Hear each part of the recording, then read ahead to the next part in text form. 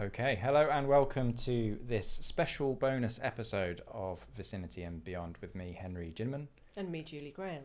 And we're briefly going to introduce ourselves because this podcast is for board members of business improvement districts and potentially new ones, or maybe you've been one for a while.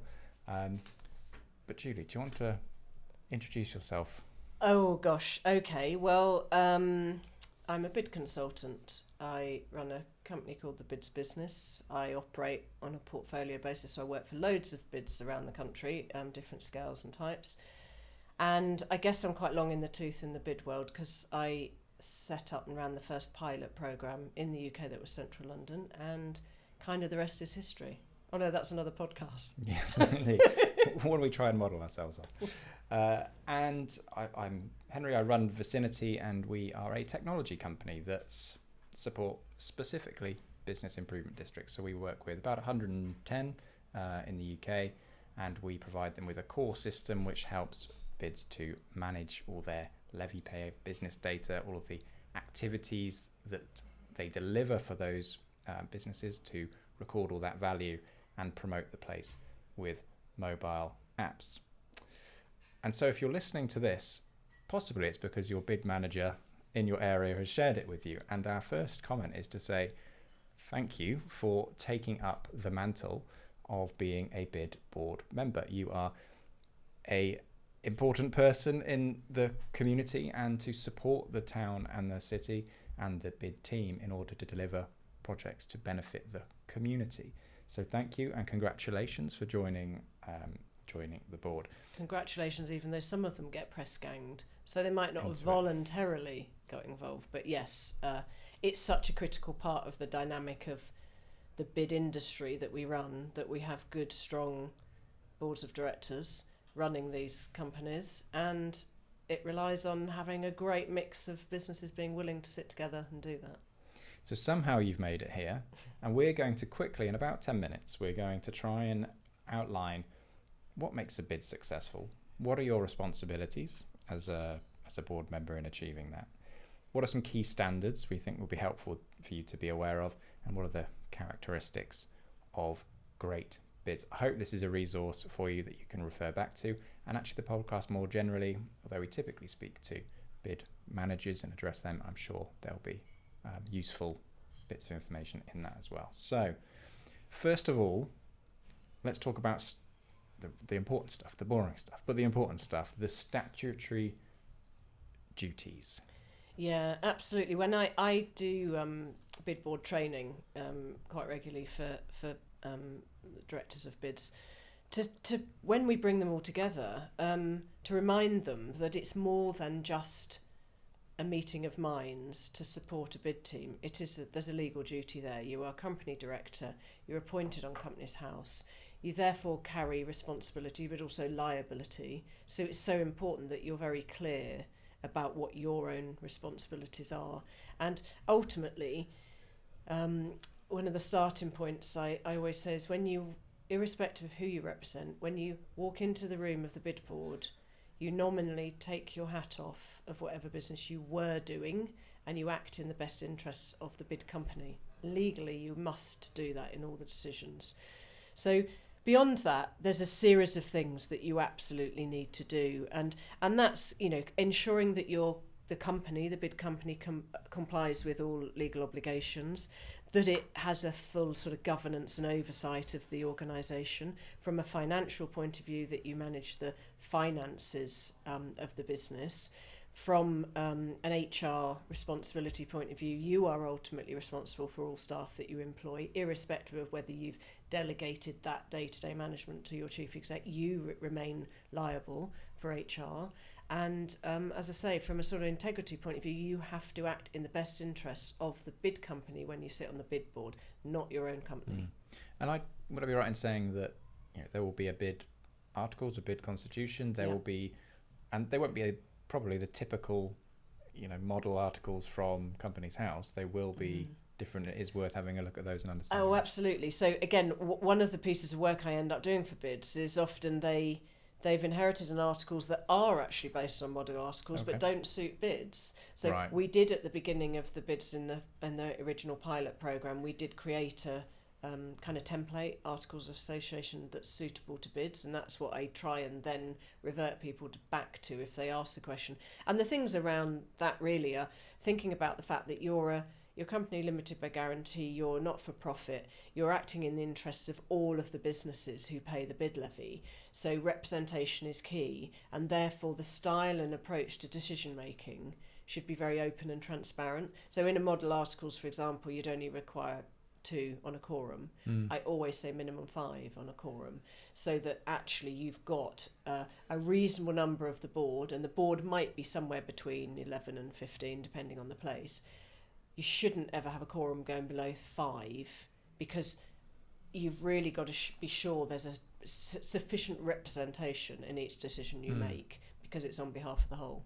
Let's just touch on that. So that group of people that you found yourself among, what makeup should they be in an ideal world? Yeah, I mean, I generally advocate articles shouldn't dictate the detail of the representatives. It should just be minimum number and maximum number. Often in the business plan or in a terms of reference, you'll have a bit more detail about how you make up, say, 11 board directors or 15. You want to have a balance of sector and kind of geography, so that you don't have all retailers or all commercial occupiers.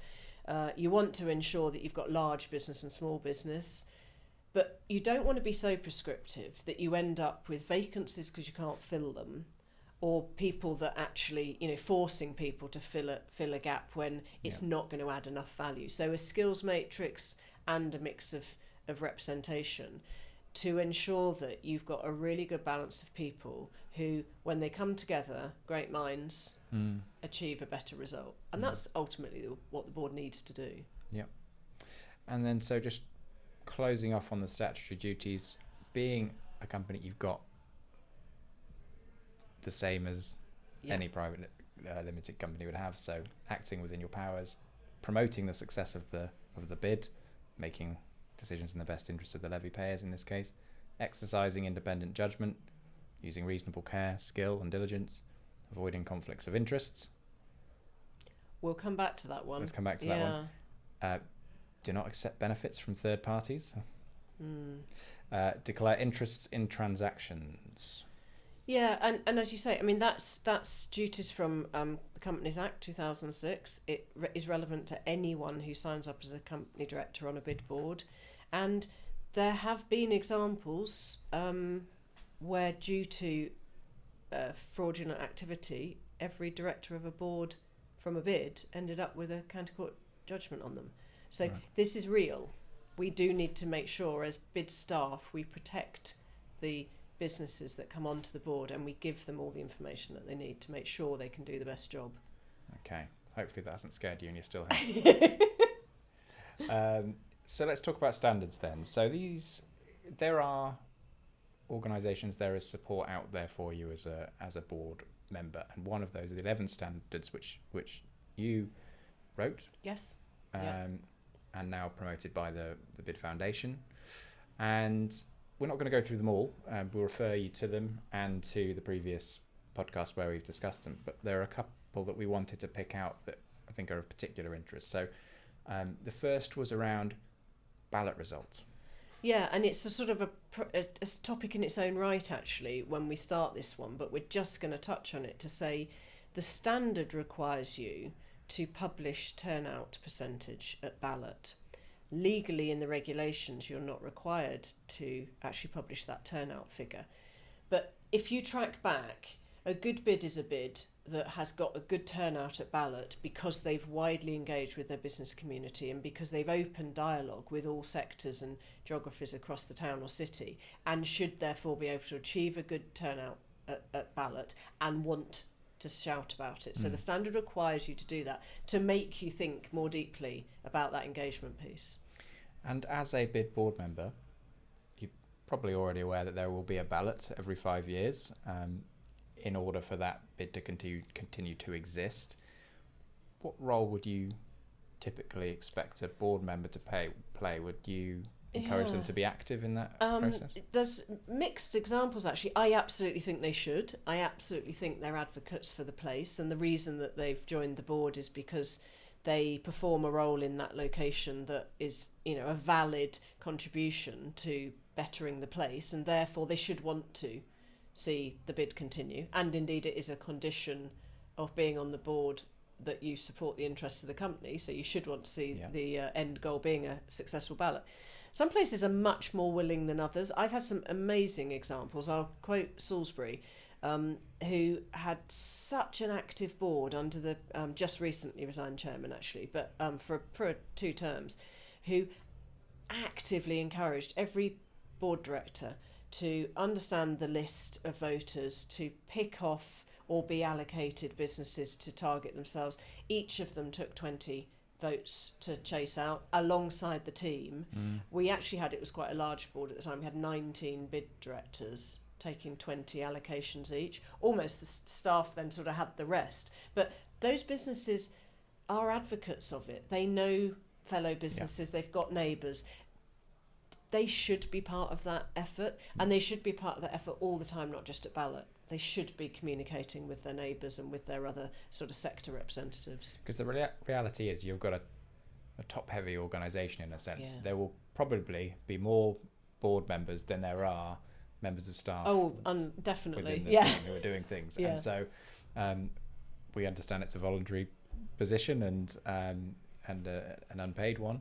Mm-hmm. And so, but whether it's sharing good news or contributing in other ways, I'm sure that will be appreciated from the bid team. Or just unlocking contacts sometimes. Sometimes it's somebody through something else. Can you unlock it for us to get to them? Well, we've spoken in a recent podcast about the difficulty of knowing who all the voters are in every different business in the place, and so you might be able to help with instances like that. Governance structure. So going beyond the statutory, what should a bid board member expect in terms of the governance structure? Yeah, so the Articles of Association will only talk about the legal requirements of how the company operates and won't go into the detail. And so at the sort of next level down, there's often either terms of reference or a sort of set of operating procedures that specifically then details how the board makes itself up and deals with its own sort of stand down and re-election of people, but also how it links to everything else in the organisation. Does it have one company board and some subgroups? How do the subgroups then feed back in? Legally, if there's a subgroup that has any powers from the board, it has to have at least one director on it. How does that link into the team? Are there delegated financial decisions down from the board into other groups? So terms of reference and some sort of operating procedure would normally say those things. So the standards require the bid to set out what that says. Excellent. And let's come back then to procurement policies and registers of interest. Yeah, oh God, it's such a critical one. And it was the most difficult part initially of writing these standards and getting bids to buy into this piece, because they found it hard. But I got to the 11 standards because I identified 11 problems effectively, and I put a standard in to try and fix a problem. The single biggest problem of bids is having inappropriate decisions being made by a board, either knowingly or most often unwittingly, that directly benefits a director on the board and they haven't declared it. So to think through a procurement policy that is signed off and that feels right for the scale and type of bid, and then uses it each time decisions are made at the board and minutes those decisions and minutes the reference to the procurement policy, so that you can't have a board of 11 businesses, 8 of which routinely make decisions to fund activity that directly benefits their business. Exactly.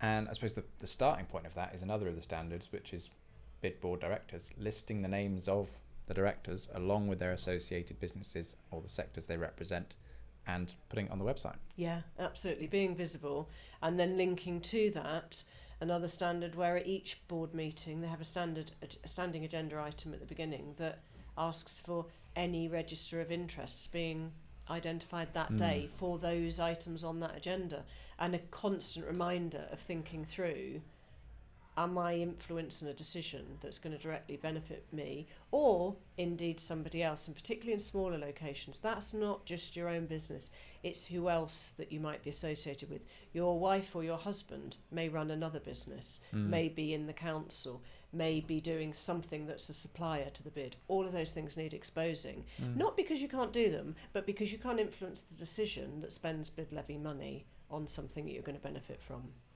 Which is a key thing which runs through this whole thing, isn't it? You are spending other people's money. You are spending other organisations' money to the benefit of the entire group and the place, and ensuring you're doing that.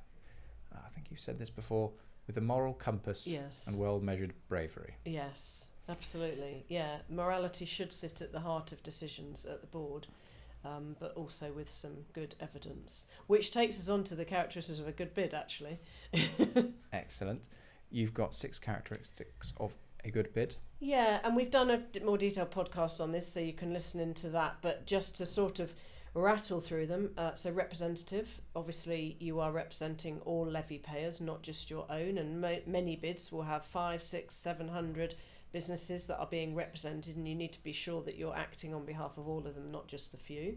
As a bid board collective of people, but also in the activities that you're doing. Yeah. Integrity, and that comes back to these points about procurement and conflicts of interest particularly.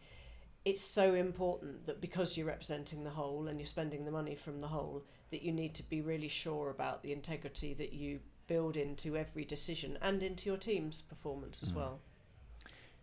Third one, evidence-based decisions, which I've just had a baptism of fire learning about with Julie, and you can watch that podcast as well, and you will discover how hard it is to run initiatives where you have considered carefully what the impact is going to be, but have done so. You always want to be able to justify, what's the bid done for any particular business, have an input and output matrix for that project, and so being able to evidence that we did this because we were expecting this effect. This is how we delivered it. There's the evidence that we did it in the right way, and this is the result. Yeah, and my sort of plea to boards always is, don't make decisions unless you feel you've been given enough evidence to make it. It's absolutely fine. Sorry, bid managers, but it's absolutely fine to push back on your team and say, we're not making a decision on this today, you haven't given us enough information. Enough information needs to be provided to evidence why that spend is being applied for, as it were, and what the metrics are going to look like. So it's really important that sometimes there has to just be a bit of a gut instinct alongside it, but you shouldn't just be doing it because you've been asked to agree it. And that's the key thing, isn't it? Because in this instance, watching that podcast will perhaps give them the right questions to ask of the bid team, because they might not be the ones gathering the evidence, but they're the ones interrogating the evidence. Absolutely, visibility. Yeah, and visibility is about a number of things, really. Sort of visibility of the bid in the location, so that's team, must be visible. Goes back to the simple standard one. We say the staff contact details should absolutely be available on the website, and people should know. It shouldn't just be an info at, and that seems a really simple point, but there are bids that only have info at on a landing page. And being visible with activity and with spend and reporting, so that you haven't got levy payers in a location saying, I never see the bid, I've never seen anything about it. Being sure that we're actually making impact in things we're doing, and we're gaining suitable kind of credit for doing it. Yeah. This next one's responsive, and you are responsible for an incredibly innovative vehicle for delivering value in a place, but coming with that ability to be innovative is the need to listen to what all the businesses are asking for and adapting, because the challenges, even over the short time I've been involved in this industry, have changed rapidly. Yeah, and I think also being recognizing that we don't always get it right, and bid levy payers don't always like the bid. They either don't like the bid because they don't like bids, there aren't many of those, or they don't like the bid because they don't feel heard. So being responsive is really important. If a levy payer keeps asking the same question and is seeming antagonistic, it's probably because they haven't got the right answer yet. So let's make sure we're giving the relevant feedback and we've got an open door policy. And really, I've conflated 5 and 6 because number 6 is innovative. I know. I thought you'd done that deliberately. Yeah, we're all put together. Yeah, and ultimately, as Henry said, that gets to, I think, if you've done those 6 characteristics well, a measured bravery of delivery for a bid. Because you mustn't be so mainstream that you're like a local authority that it becomes so bureaucratic you can't do anything, you can't get anything out the gate, and it mustn't be all based on gut instinct so that actually you haven't measured anything and you can't be challenged on the reasons you've made decisions. But you do need to be quite brave because things are quite hard, and if you're not, you won't get anything going. So being sure that you've thought through the detail, you've sufficiently challenged the team and challenged the data, and then getting going on things and measuring the difference they made. Yeah, and this is the exciting part, right? This is where bids can make a real difference by doing things which local authorities couldn't, shouldn't be doing, because they're going beyond. They're doing things in addition to what local authorities are providing to benefit a place. And so, Julie, now we've given people a lot of information, the statutory rules, some standards and some characteristics. How would you sum it up? Welcome to being a bid manager. This is what you need to know in a few sentences to do it well. Yeah, so I think a bid board member. Bid board member. Without sounding facetious, if your name is on the bid board directors list, come to the meetings. And I say that because it's really important that those named are entirely aware of the decisions being made at any time and are entirely aware of the dialogue and the development that's taken place each time to arrive at decisions, because if a bad decision's made, everybody's liable, not just the people in the room. So if you're putting yourself forward to be on the board, be there, be present, be informed, get informed, ask for more if you don't feel informed, and then give it your best shot. And I do board facilitation days. That sounds like a pitch, it's not. And I sit with a board and talk through. One of the best things about a bid board is having such mixed skills, business representatives from so many different types of sectors. They all have something very different to add and to offer. And if you can harness all that, they're brilliant organisations, they're brilliant boards. If you don't harness it and you leave them quiet and you don't create their voice, it can be pretty boring for the people turning up being the directors, and it can be pretty meaningless for the team because you haven't used them well. So be present, be active, be involved, and make sure that kind of whole collaborative effort is really positive, because it can add so much value. And then you have so many spin-offs, because someone comes in the room with an idea and somebody else says, I could help you with that, and it becomes just like an army of ideas, which is brilliant. Excellent. I'll just add to that. Support your bid manager. Your bid manager will have a small team. They typically are incredibly dedicated people who love their place, who've come from, I'd say, retail or a local authority background typically, and they want to deliver great things, but they need a wide variety of skill sets, and I don't think any bid manager has them all. No, and they will need your support as a board in order to deliver a wide variety of things. They do, and actually you were having the last word and I'm now going to have another word. No, go for it. There's such a fine balance between being strategic board directors and making sure they guide in the appropriate way, knowing some of the detail but absolutely not micromanaging the team. You've employed a team to do the job, let them do it. Your role is to facilitate them doing it, not micromanaging them. Excellent. So congratulations, thank you, and good luck.